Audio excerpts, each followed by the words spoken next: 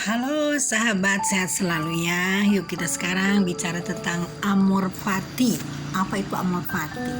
Amor fati itu yaitu sebuah ajaran dari seorang filsuf, yaitu daripada seorang Nietzsche ya. Nietzsche, terus dari Jerman ya. Friedrich Nietzsche itu.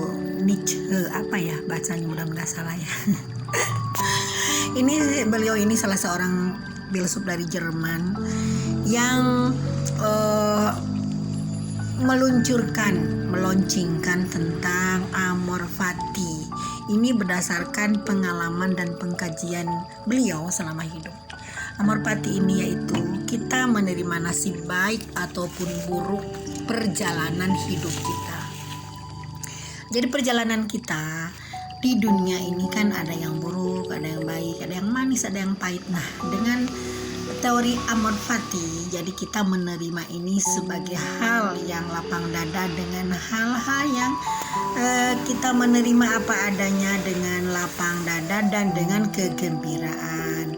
Karena dengan sikap seperti ini kita tentunya akan merasa selalu bahagia dan tidak ada beban yang menggelayut di kaki kita seperti beban besi yang berat. Jadi kita sepertinya sulit melangkah, sepertinya kita hanya berkutat dengan penderitaan.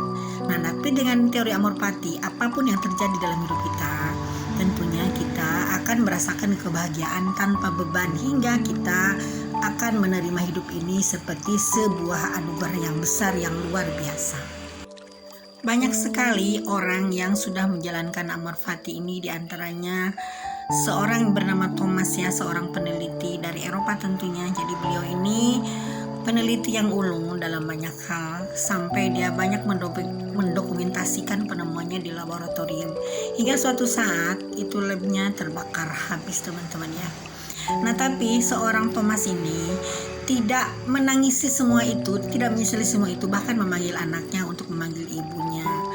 Katanya begini, "Anakku, ayo panggil ibumu ke sini. Ini nih, kita sudah mendapatkan teguran dari Tuhan dan kita harus mulai sesuatu yang baru. Dan kita sekarang sudah membakar semua kesalahan-kesalahan kita, hingga kita nanti memulai awal dengan hal yang lebih baik." Nah, itu bahasanya. Jadi sebuah musibah bahkan dianggap anugerah sama seorang Thomas ini ya, sehingga dengan adanya musibah itu menganggap bahwa hal itu tidak layak untuk dia dapatkan dari alam semesta, dan mungkin Tuhan akan menggantinya dengan hal-hal yang baru. Nah, itulah sikap amor fati yang memang sungguh-sungguh luar biasa, sebuah filsuf yang sangat tinggi yang bisa kita gunakan, kita bisa amalkan dalam kehidupan sehari-hari, hingga kita meskipun kita ada musibah, masalah apapun, kita tidak merasa kehilangan. Bahkan musibah itu akan dianggap sebagai anugerah, sebagai sesuatu awal yang baru. Nah, pastinya ada teman-teman diantaranya yang mengomentari dalam hati mungkin, kenapa sih si bunda ini kok ngomong amor fati segampang itu sih, melupakan hal-hal musibah yang terjadi atau beban berat kita semudah itu akan dilepaskan. Ya, awalnya memang berat, semuanya juga berat, tapi dengan adanya latihan, dengan kita belajar dari hari ke hari, dari jam ke jam, berminggu-minggu, dari bulan ke bulan, dari tahun ke tahun, akhirnya kita akan merasa terbiasa bahwa memang masalah-masalah itu bukan musibah, tapi adalah sebuah awal yang baru kita untuk memulai sesuatu. Nah, jadi misalkan kita dipecat nih dari pekerjaan, karena sekarang kan lagi banyak sekali pengurangan karyawan ya setelah era Covid ini. Nah, kita di situ harus mengambil positifnya aja. Barangkali Tuhan ini sedang menciptakan atau menyediakan wadah yang baru untuk kita. Mungkin kalau kita masih tetap ada di kantor itu, kita tidak akan kaya ya. Kita hanya tetap sebagai karyawan, dari bulan ke bulan, dari hutang ke hutang. Biasanya kan karyawan seperti itu, karena saya juga dulu merasakan hidup sebagai karyawan ya, beberapa tahun yang lalu.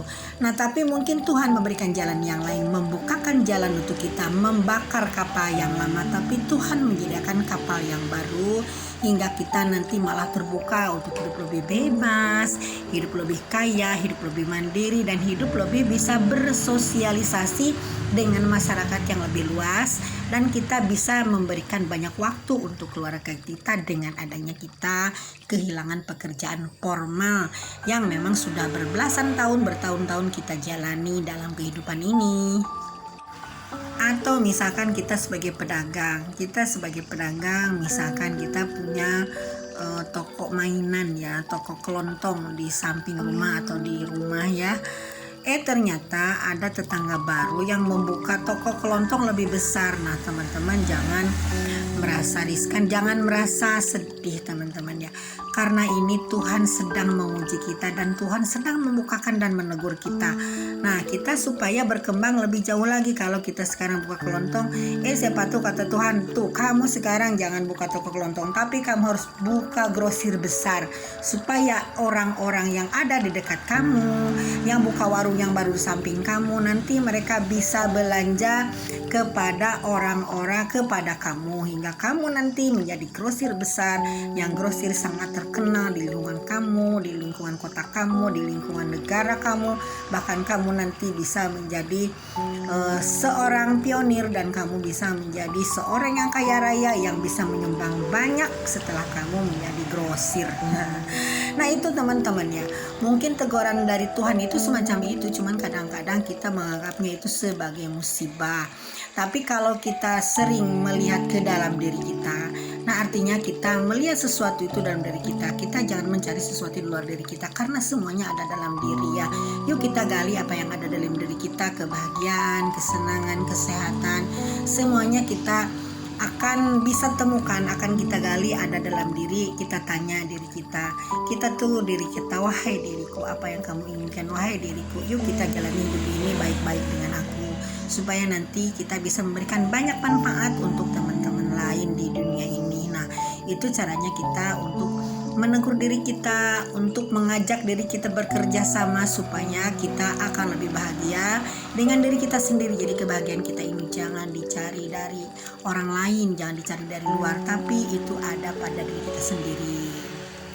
Nah tentunya bagi seorang Loa, bagi seorang Law of Attraction, hal ini sudah terbiasa, karena orang Law of Attraction itu tahu sendiri, tahu secara pribadi bahwa kita ini bisa menemukan diri kita dari dalam diri kita sendiri. Kita tidak perlu mencari dari luar, karena bagaimanapun Loa ini bisa ditarik teman-teman, keberuntungan bisa ditarik. Jadi tergantung kepada diri kita sendiri, tergantung bagaimana sih cara kita menyikapi hidup ini. Apakah musibah itu akan dianggap sebagai beban, apakah akan dianggap sebagai anugerah. Maka dari itu yuk kita sekarang mulai melirik kepada diri kita, kita genggam diri kita, dan jangan lupa selalu memandang sesuatu dengan bahagia, memandang sesuatu dengan kebahagiaan, dan jangan lupa dengan amor fati teman-teman ya. Dan ingat, dengan amor fati yang luar biasa. Wassalam.